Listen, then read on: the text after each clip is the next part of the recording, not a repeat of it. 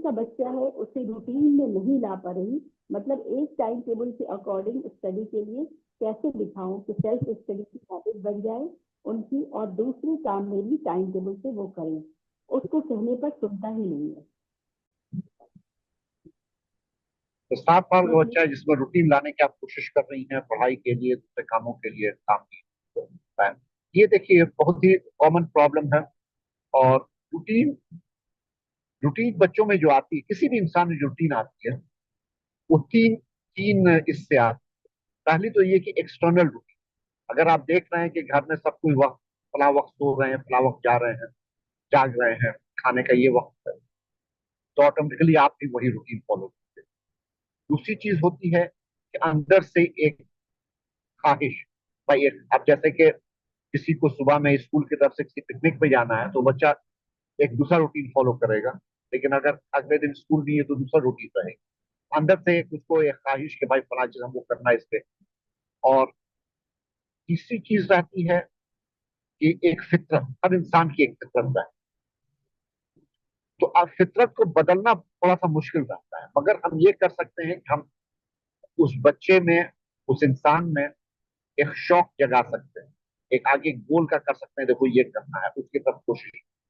और घर में एक रूटीन ऐसा बना सकते हैं जहाँ पे एक वैसा रूटीन हो जैसा हम चाहते हैं। तो हमको सबसे पहले ही देखना है कि हमारे कंट्रोल में क्या है। हम बच्चे को देख रहे हैं कि चाहते हैं कि बच्चा इस तरह से करे, मगर हम डायरेक्टली बच्चे की सोच को, बच्चे की बिहेवियर को डायरेक्टली कंट्रोल नहीं कर सकते। हम अपने आप को कंट्रोल कर सकते हैं, हमारे कंट्रोल में क्या है। अब जैसे घर में खाना किस वक्त खाते हैं, और लोग जो है उनका क्या रूटीन, और लोग जो है वो क्या बोला बैठ के टीवी देखते हैं देर रात तक, या तो वक्त पे सो जाते हैं।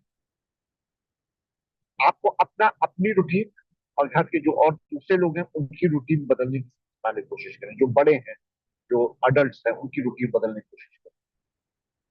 नेक्स्ट जो है वो ये कि जो बच्चा सही तरीके से करे, फॉर एग्जाम्पल सही वक्त पे सो जाए, सही वक्त पे उठ जाए, उसकी खूब तारीफ कीजिए, उसको कोई एक छोटा सा इनाम दीजिए, उसको महसूस हो कि वो जब सही कर रहा है तो अम्मा बाप उससे खुश हो रहे हैं, अम्मा बाप नोट कर रहे हैं कि हाँ भाई वो अच्छा कर रहा है। जिस तरह से बच्चा अगर गलती करता है तो हम जरूर डांटते हैं उसको, तो उसी तरह से बच्चा जब सही, जिस एक दिन भी सही, एक दिन वक्त पे हो जाए।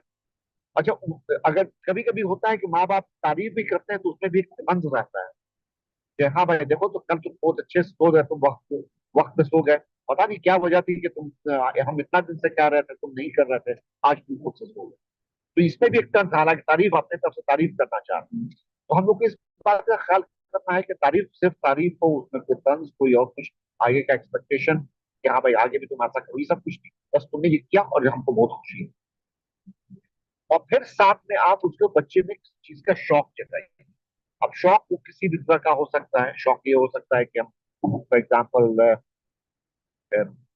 अब फला इतना सूरा याद कर लेंगे, कोई कुरान का कंपटीशन है उसमें ये कर देंगे, या इम्तिहान में हमको इतना अच्छा नंबर लाना है।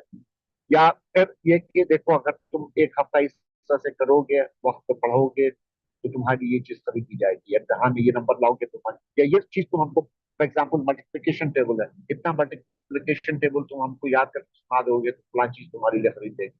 तो अब इसमें बहुत ज्यादा, इसमें ख्याल रखना है कि बच्चे को ये आदत ना पड़ जाए कि हर चीज के लिए उसको एक इनाम ही चाहिए।